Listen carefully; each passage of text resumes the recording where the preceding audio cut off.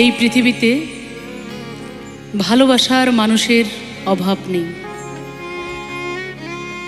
কোনো না কোনো স্বার্থ থাকে সেই ভালোবাসার পিছনে। মানুষের অসময় ভালোবাসার মানুষ কম পাওয়া গেলেও সুসময় অনেক বেশিই পাওয়া যায়।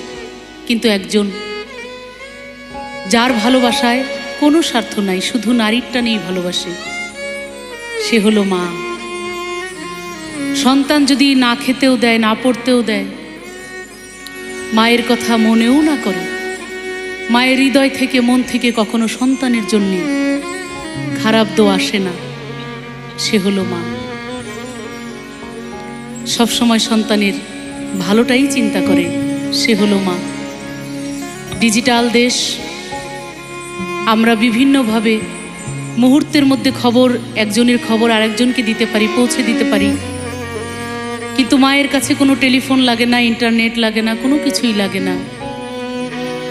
সন্তানের কিছু হলে মায়ের মন কোনো খবর ছাড়াই তার হৃদয়ের মধ্যে যে টান পড়ে যায় সন্তানের জন্যে, সেটাই সবচেয়ে আগে মায়ের কাছে পৌঁছায়। সেই যোগাযোগ, সেই আত্মার টান, সেই নারীর টান।